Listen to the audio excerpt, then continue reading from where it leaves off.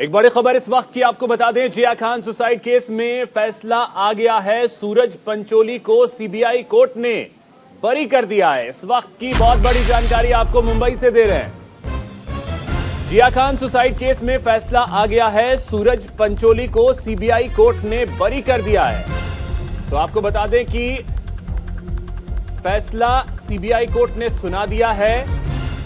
10 साल पुराना यह मामला, जब जिया खान की मौत हुई थी।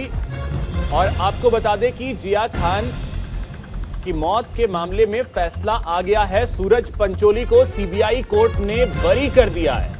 यह बहुत बड़ी जानकारी इस वक्त आपको दे रहे हैं मुंबई से, जहां से जानकारी निकल करके आ रही है कि सूरज पंचोली को कोर्ट ने बरी कर दिया है। तो बहुत बड़ी राहत है ये सूरज पंचोली के लिए, क्योंकि आत्महत्या के लिए उकसाने का आरोप लगा था सूरज पंचोली पे, लेकिन कोर्ट ने आज बरी किया है। यह फैसला आया है कोर्ट का है। इस वक्त की बहुत बड़ी जानकारी आपको दे रहे हैं। एक्ट्रेस जिया खान 3 जून 2013 जब जिया खान का शव मिला था, और आपको बता दें कि एक सुसाइड नोट भी मिला था। जिया खान की मां ने सूरज पंचोली पर आरोप लगाए थे। 10 साल के बाद इस मामले पर फैसला आया है और आपको बता दें कि सूरज पंचोली को बरी कर दिया गया है। तो यह बहुत बड़ी राहत सूरज पंचोली के लिए है। जिया खान सुसाइड केस में बहुत बड़ा फैसला, यह बड़ी जानकारी इस वक्त की आपको दे रहे हैं।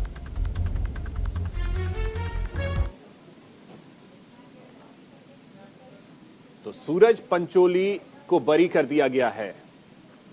इस वक्त की बहुत बड़ी जानकारी आपको दे रहे हैं।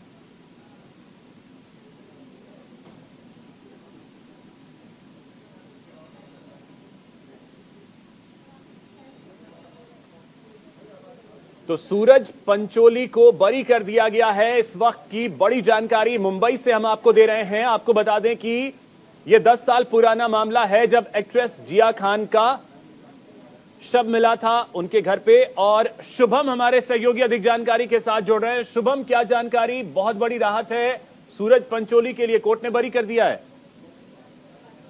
बिल्कुल, देखिए अभिषेक जी, अब थोड़ी समय पहले, कुछ सेकंड पहले ही सूरज पंचोली कोर्ट में मौजूद थे। हम खुद वहां पर मौजूद थे और जज के सामने जज ने उसका पहले नाम पूछा, उसके बाद उसने ये कहा कि आप इस कोर्ट से पूरी तरीके से बरी हो चुके हैं और अब आपको राहत। इसके बाद उन्होंने थैंक यू बोलकर शुक्रिया अदा किया जज का। उसके बाद अब कहीं न कहीं थोड़ी सी जो चेहरे पर राहत थी वो उनको यहाँ पर सूरज पंचोली को मिलते हुए दिखाई दे रही है। देखिए, 10 साल पुराना बड़ा मामला था। 2013 की बात करें तो 3 जून के दिन जिया खान ने अपने घर में पंखी से लड़कर खुद को मौत के गले लगा दिया। तो उसके बाद एक सुसाइड नोट के आधार पर उन्हें कुछ दिन सलाखों के पीछे भी गुजारने पड़े, लेकिन उसके बाद जमानत मिली थी। लेकिन 10 साल बाद सीबीआई की जांच हुई। सीबीआई की चार्जशीट में ये बात सामने आई थी कि सूरज पंचोली का इसमें डायरेक्ट इन्वॉल्वमेंट नहीं है।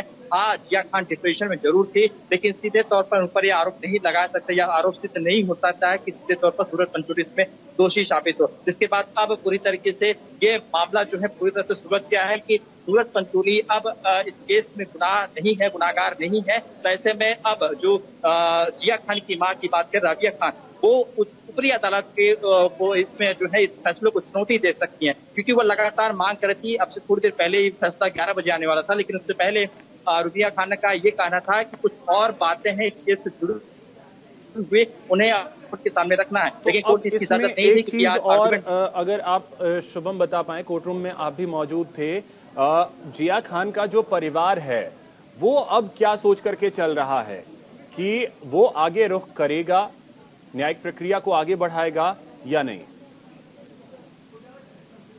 बिल्कुल, देखिए ऑफ कैमरा जो हमारे कुछ वकीलों से बातचीत हुई, तो जो सूरज पंचोली के वकील थे उनका साफ तौर पर कहना था कि जब आज जज ने फैसले को सुरक्षित रख लिया, आज फैसले का दिन है, तो ऐसे में जो जिया खान की मां है उनका साफ तौर पे ये कहना है कि कुछ और बातें हैं वो रिटर्न पेपर में देना चाहते हैं। तो ऐसे में ईसाई तौर पे उनके वकील का कहना है कि शायद केस को लंबा खींचना चाहते, कुछ और समय की वो मांग कर रहे थे कि लंबा केस चले। तो ऐसे में ऑप्शन उनके पास यही है कि इस फैसले को हाईकोर्ट में जो है वो चुनौती दिया सके। लेकिन अब जब निचली अदालत ने अपना फैसला चुका है, तो हाईकोर्ट भी निचली अदालत की बातों को तर्क में रखकर अपना फैसला रखे। लेकिन अब पूरी तरीके से यहाँ पर जिस तरीके से पहले जमानत मिलना, उसके बाद अब ये केस से पूरी तरह से बरी हो जाना, ये कहीं न कहीं सूरज पंचोली को उनके पिता आदित्य पंचोली के लिए, पूरे पंचोली परिवार के लिए एक बड़ी राहत की खबर है, क्योंकि 10 साल से उनके करियर का सवाल था। इस दौरान उन्हें कई सारे आरोप लगे थे कि उन्होंने ही उकसाया था, जिसने उसका गर्भपात कराया था। इस वजह से कई बड़े ब्रेक फिल्में उनको भी नहीं मिल पाती। लेकिन अब यहाँ पर पूरी तस्वीरें साफ हो चुकी है।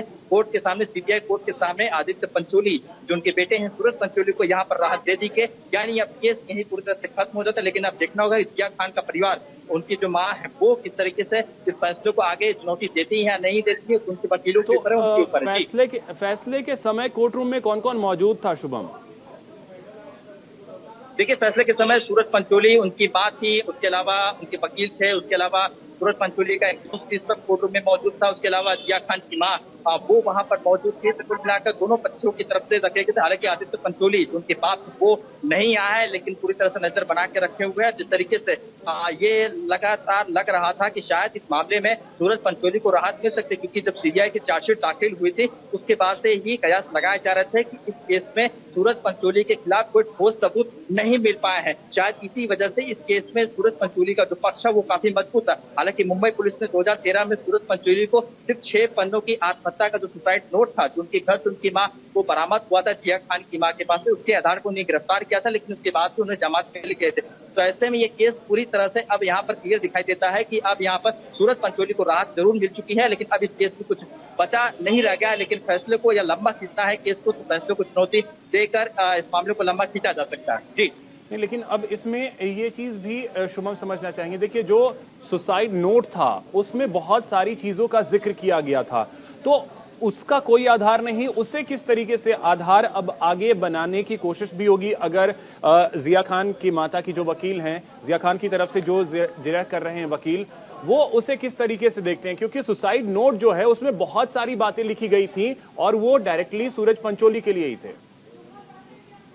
देखिए, अपने दर्शकों को यहाँ पर हम एक बात समझाना चाहते हैं कि 2013 में जो सुसाइड नोट बरामद हुई थी, वो जिया की मां रुकिया खान को उस वक्त बरामद हुई थी उनके कमरे से, ना कि पुलिस को बरामद हुए थे। उसके बाद जिया खान ने, मुंबई पुलिस ने शिकायत दर्ज कराई कि ये सुसाइड नोट है, जिसमें उन्होंने जिया खान ने जिक्र किया था कि वो डिप्रेशन का शिकार है, वो सूरज के प्यार में पागल हो चुकी थी, उन्होंने अपना ऑपरेशन कराई थी, कई सारी बातें लिखी थी। उसके आधार पर ही कंप्लेन दर्ज की थी। उसके बाद मुंबई पुलिस ने उन्हें गिरफ्तार किया था। लेकिन उसके बाद वकीलों की जो टीम थी, उन्होंने ये कोर्ट में उस पर दलील रखी थी कि भाई सुसाइड नोट जो पुलिस को बरामद की हुई मौत के बाद, उसके बाद उनकी मां को मिलता है, उसमें ये भी शंका होती कि क्या सुसाइड नोट खुद से तो नहीं लिखे गए। ऐसे कई सारे तथ्यों को रखा गया था उस वक्त। उसके बाद उन्हें जमानत मिली थी। अब 10 साल बाद जब सीबीआई ने इस मामले की जांच की, 2014 सीबीआई मामले की जांच हुई, उसके बाद भी कोई प्रूफ नहीं मिले। 14 गवाहों के लोगों के बयान दर्ज किए गए थे इस पूरे मामले में। तो ऐसे में जब सीबीआई की चार्जशीट में जब उनका नाम ये वहां पर ये चीजें रखी गई कि सूरज पंचोली का डायरेक्ट इन्वॉल्वमेंट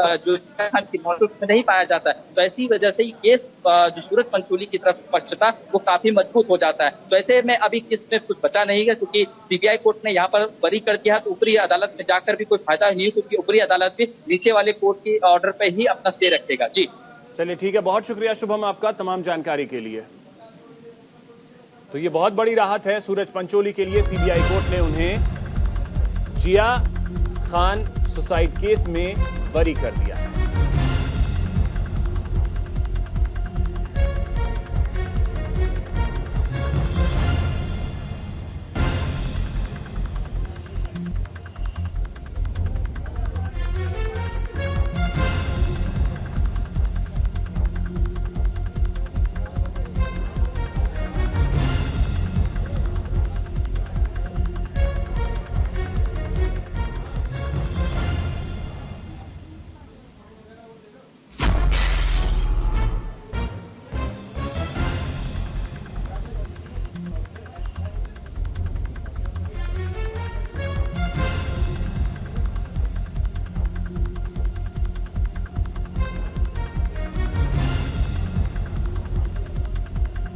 बहुत बड़ी खबर इस वक्त की आपको बता रहे हैं। सूरज पंचोली के लिए बहुत बड़ी राहत की खबर निकल करके सामने आई, जहां पे आपको बता दें कि जिया खान सुसाइड केस में सूरज पंचोली को बरी कर दिया गया।